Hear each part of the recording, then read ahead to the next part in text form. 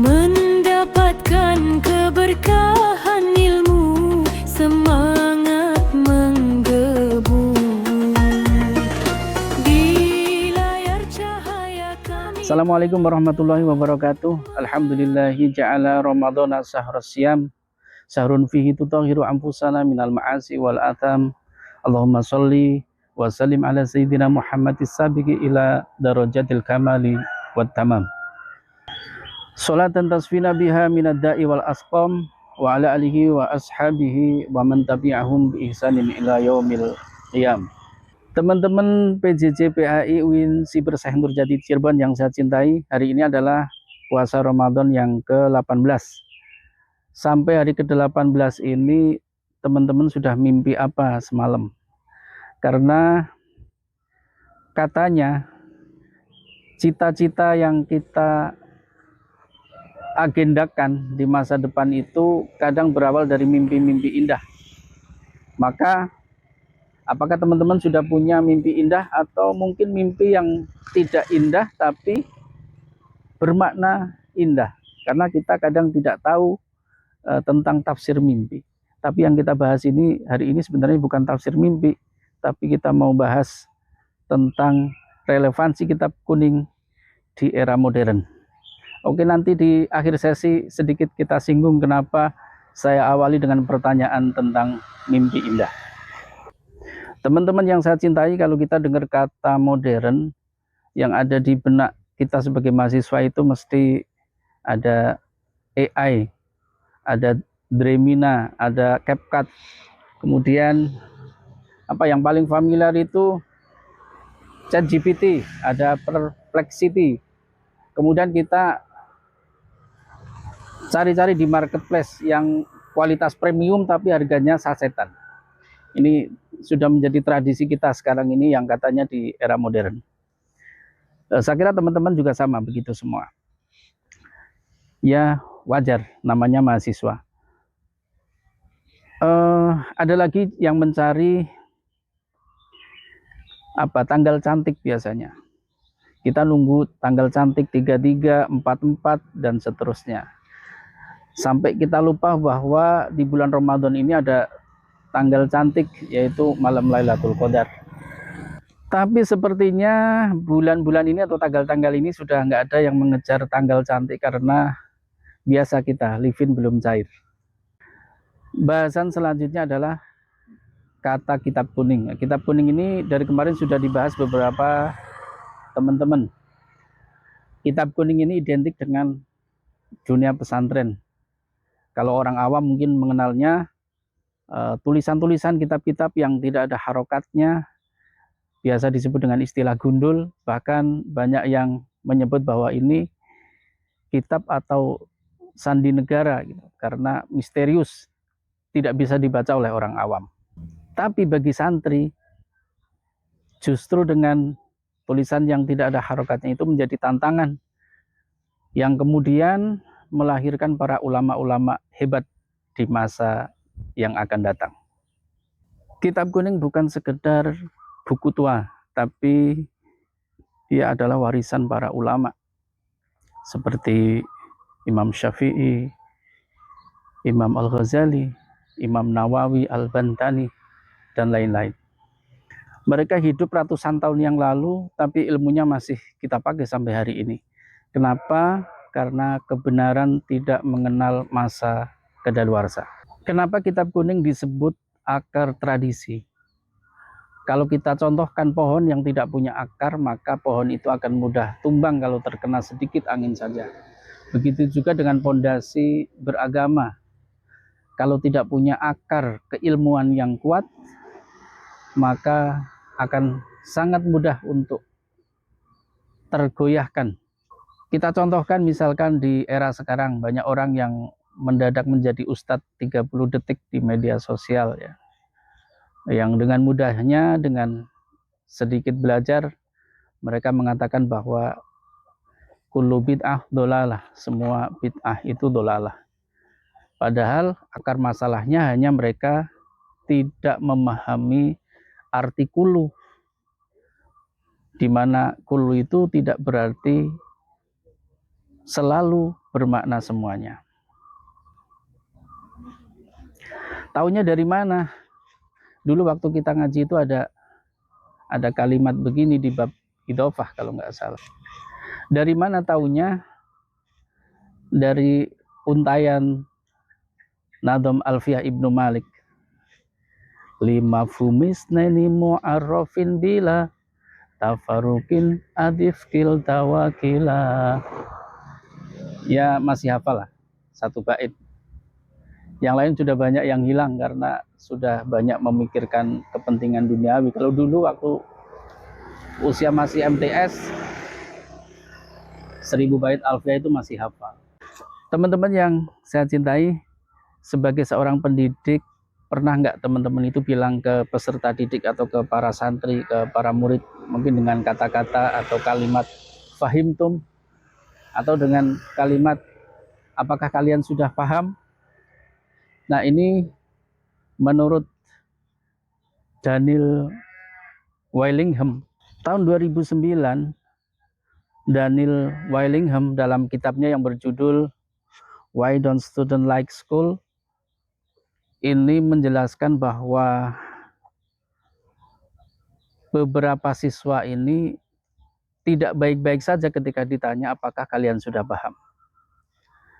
Ini karena hanya membaca materi yang berulang kali, kemudian merasa familiar dengan informasi yang disampaikan oleh guru, tetapi belum benar-benar memahami apa yang disampaikan oleh guru atau ustadz. Nah, pakar psikologi kognitif di era modern ini menemukan bahwa dengan kita menyampaikan ke peserta didik pertanyaan apakah kalian sudah paham, ini sebuah pertanyaan yang kurang tepat, maka Hadratus Syekh Kiai Hasyim Asy'ari pada tahun 1924 sudah mengarang kitab yang namanya Adabul Alim wal Muta'alim.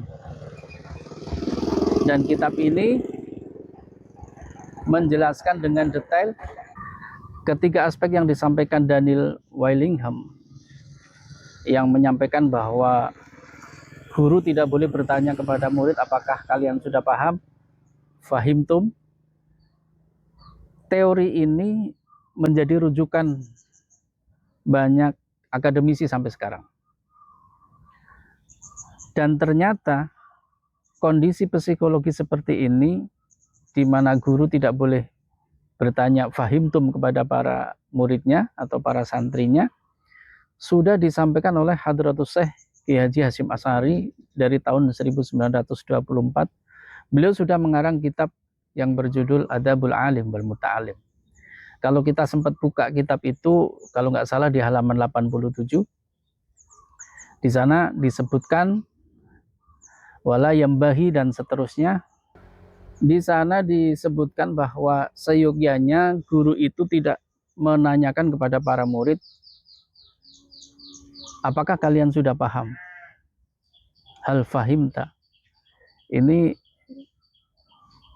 kajian psikologis yang sangat detail, sudah dikaji dari tahun 1924 oleh Hadratus Syekh Kiai Haji Hasyim Asy'ari. Maka dari sini kita tahu bahwa teori modern yang seringkali kita kagumi pada era sekarang ini sebenarnya sudah muncul sejak dari para ulama-ulama kita. Contohnya dari Kiai Haji Hasyim Asy'ari. Kenapa tidak diperbolehkan menanyakan hal fahimta menurut Adabul Alim wal Muta'alim?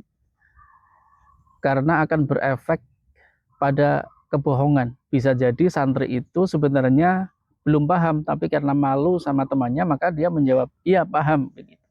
Itu yang pertama. Ini sebuah pengajaran yang tidak baik karena akan menimbulkan kebohongan. Kemudian yang kedua, bisa jadi santri itu menyepelekan materi pelajarannya. Jadi dia merasa bahwa dia sudah bisa, padahal yang dimaksud guru adalah penjelasan yang lebih mendalam. Yang ketiga, bisa jadi karena dia merasa malu kalau dia menjawab dengan kata belum paham. malu sama teman-temannya yang lain yang sudah menjawab paham. Nah, ketiga beban ini sama persis dengan yang disampaikan oleh Daniel Willingham. Teorinya sama, teori psikologisnya sama, tapi ulama kita sudah mengkaji dari jauh hari bahkan jauh tahun sebelum-sebelumnya. Ini membuktikan bahwa kitab klasik atau sering kita namakan dengan kitab kuning ini sangat relevan dengan kondisi di era modern sekarang ini. Sampai sedetail ini pembahasan yang disampaikan oleh Hadratus Syekh Kiai Haji Hasyim Asy'ari, yang dimana di era modern ini disebut sebagai psikologi kognitif. Teman-teman yang dirahmati Allah dan tentu yang saya cintai semuanya, kitab kuning apakah relevan dengan kondisi era modern saat ini? Tentu jawaban yang paling tepat adalah sangat relevan. Karena banyak sekali hal-hal yang dibahas oleh ulama-ulama zaman dulu, bahkan ratusan tahun yang lalu, di era sekarang ini baru ditemukan teori dan seringkali kita membanggakannya. Teman-teman mahasiswa PJJ PAI UIN Siber Syekh Nurjati Cirebon, saya mau sedikit memberikan tips karena mungkin banyak teman-teman di usia sekarang ini sudah expired ya kalau untuk belajar membaca kitab kuning atau untuk mendalami kitab kuning. Mungkin yang perlu kita lakukan adalah kita menciptakan generasi di mana generasi yang kita ciptakan itu nanti akan memahami hasanah kitab kuning atau hasanah peninggalan para ulama-ulama terdahulu yang sangat luar biasa. Bagaimana caranya? Tentu dengan kita mengajari anak-anak kita jangan sampai seperti kita yang sudah terlanjur expired tadi itu. Jadi kalau kita sudah kurang mampu untuk memahami semua hal tentang kitab kuning, maka harapannya anak-anak kita nanti jangan sampai tidak memahami seperti kita. Jadi yang perlu kita lakukan adalah jangan sampai anak-anak kita nanti tidak masuk ke pondok pesantren. Maka dengan masuk ke pondok pesantren itulah nanti anak-anak kita akan mengkaji hasanah keilmuan para ulama-ulama yang terdahulu yang sangat hebat-hebat dan keilmuannya terbukti masih relevan di era modern. Dulu waktu saya kecil di pondok pesantren, karena saya lulus SD itu dulu masuk ke pondok pesantren. Dulu saya ingat ketika disampaikan oleh para guru-guru di pondok pesantren kalau kita biar menjadi tertarik dengan baca kitab kuning itu kita disuruh mengkaji hal-hal yang menarik bagi kita di waktu itu.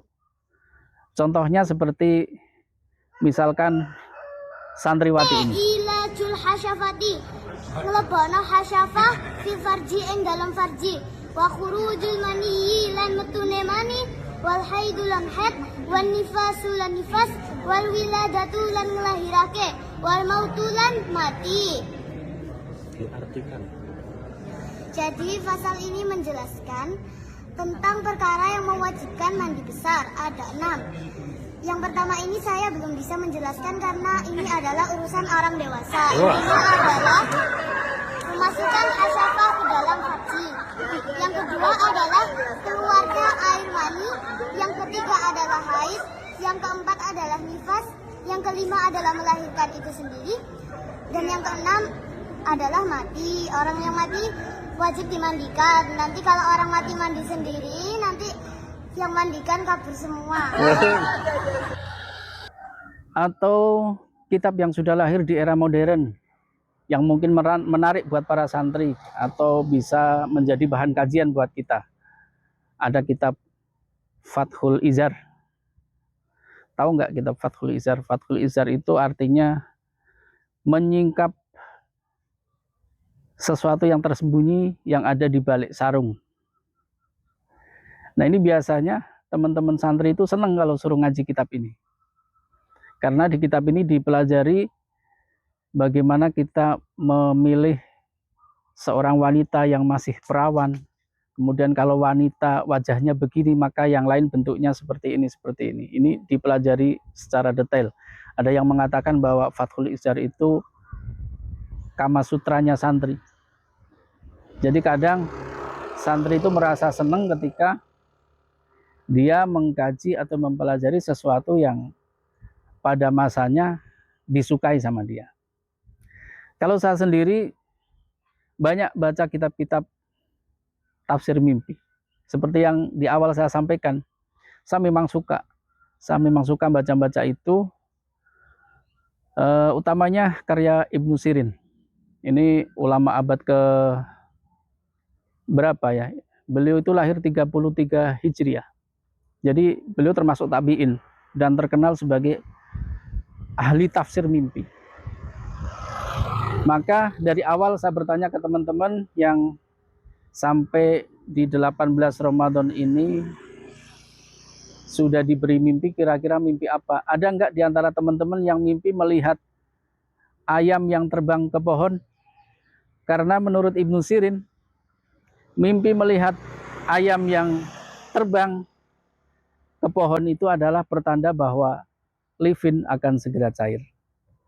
Anda boleh cek di kitabnya Ibnu Sirin atau dilihat di samping kanan ini. Begitulah teman-teman yang dapat kami sampaikan. Nanti kalau mau lanjut tentang tafsir mimpi, boleh hubungi saya secara pribadi di narah hubung yang bisa jadi kita tulis di bawah nanti. Kurang lebihnya mohon maaf, mudah-mudahan sedikit banyak membawa manfaat. Wallahul muwafiq ila aqwamit thoriq, nasrun minallah wa fathun qarib wa basyiril mu'minin. Hadanallahu wa iyyakum. Assalamualaikum warahmatullahi wabarakatuh.